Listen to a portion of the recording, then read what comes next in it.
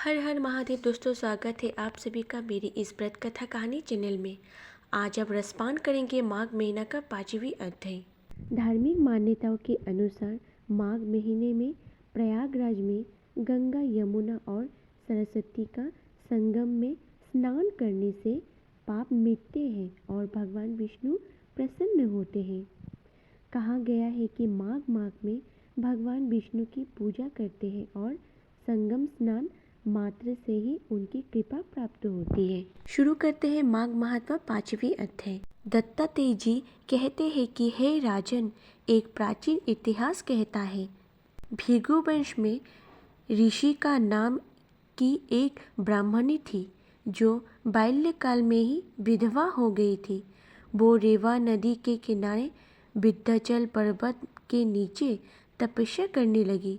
वो जितेंद्रिय, सत्यवक्ता, सुशील, दानशीलता तथा तप करके देह को सुखाने वाली थी। वो अग्नि में आहुति देकर उच्च वृद्धि द्वारा छठी काल में भोजन करती थी। वो बलकल धारण करती थी और संतोष से अपना जीवन व्यतीत करती थी। उसने रेवा और कपिल नदी के संगम में 7 वर्ष तक माघ स्नान किया और फिर वहीं पर ही मृत्यु को प्राप्त हो गई।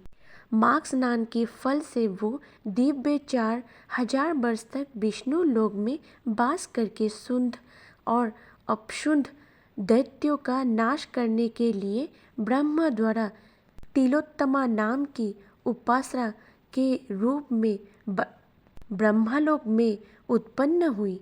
वो अत्यंत रूपवती, ज्ञान विद्या में अति प्रवीण तथा मुकुट कुंडल से सौभाग्यवान थी। उसके रूप, यौवन और सौंदर्य देखकर ब्रह्मा भी चकित हो गए। वो तिलोत्तमा रेवा नदी के पवित्र जल में स्नान करके वन में बैठी थी। तब शुद्ध व अपशुद्ध के सैनिकों ने चंद्रमा के समान उस रूपवती को देखकर अपने राजा शुद्ध और उपशुद्ध से उसके रूप की शोभा का वर्णन किया और कहने लगे कि कामदेव को लज्जित करने वाली ऐसी परम सुंदरी स्त्री हमने कभी नहीं देखी।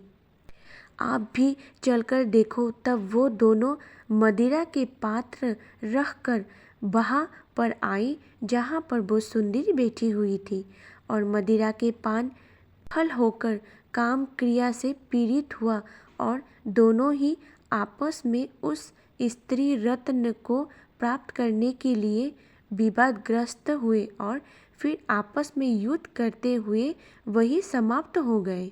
उन दोनों को मरा हुआ देखकर उनके सैनिकों ने बड़ा कोलाहल मचाया और तब तिलोत्तमा काल रात्रि के समान उनको पर्वत से गिराया हुए दिशाओं का प्रकाशमान करती हुई आकाश में चली गई और देव कार्य सिद्धि करके ब्रह्मा के सामने आई। तो ब्रह्मा जी ने प्रसन्न से कहा कि हे चंद्रवती, मैंने तुमको सूर्य के रथ पर स्थान दिया।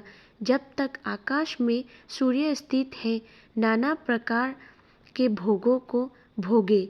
सो हे राजन, वो ब्राह्मणी अब भी सूर्य के रथ पर माघ मास स्नान के उत्तम भोगों को भोग रही है। इसलिए श्रद्धावान पुरुषों को उत्तम गति पाने के लिए यत्न के साथ माघ मास में विधि पूर्वक स्नान करना चाहिए। आज का 5वीं अध्याय यही समाप्त होती है। 6वीं अध्याय आप सुनेंगे कल। धन्यवाद।